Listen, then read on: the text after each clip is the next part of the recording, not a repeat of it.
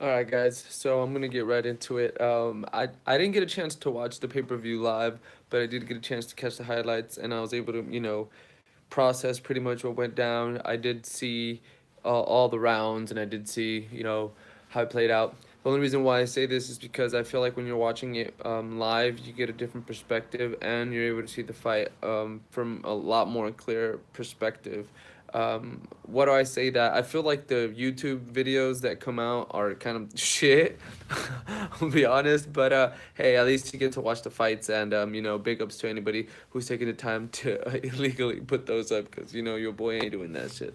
But anyways, dude, this Souza fight versus Weidman. Fuck, man, these guys went to war from the get go. Weidman was putting it on Souza. Jacare, Jacare. I didn't think he had hands like this. I always knew he had crazy ground game, and I always knew that he was able to put hands on dudes who didn't have as good of a stand up game as maybe others. Maybe how do I put this? I didn't think that he could hang with the elite strikers. Now, is Chris Weidman an elite striker? I think maybe we thought so because he was able to knock an Anderson Silva who had his hands down out.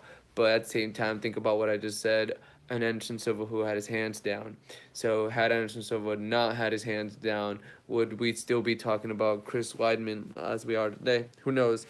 Anyways, moving on.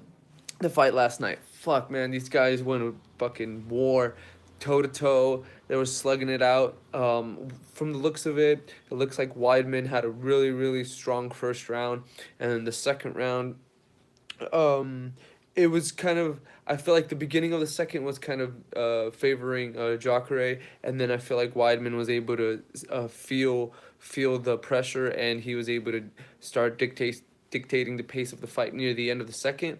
Now heading into the third, it was pretty much still the same. But what was the difference maker is that I feel that Jacare was able to mix it up. I did see some body shots, and I think he had a little bit more unpredictability when it came to his striking, and I think that's how he was able to catch Weidman in the third. And man, fucking big ups to these guys. They got fight of the night. So even though Chris Weidman lost, he still got $50,000. I know that's not what he wanted. I know he still has aspirations of being a champion, but at the end of the day, he did have his time, and I feel like who knows if Jacare is able to get one more win.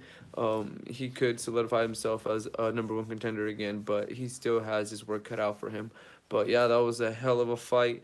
Definitely one to put in the vault. Look at that one on UFC Fight Pass whenever it gets the opportunity to get uploaded. But yeah, that was a tremendous fight.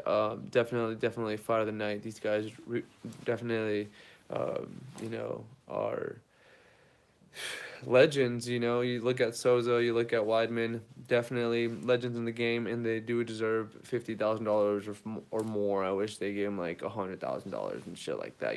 I know that the UFC has done big bonuses like that, but maybe on your bigger cards. And hey, it was Madison Square Garden, but at the end of the day, I know the UFC takes care of their fighters, so it is what it is. And I'm gonna be going on to the next one, and I'm gonna be talking about Israel Adesanya's breakout performance. Peace.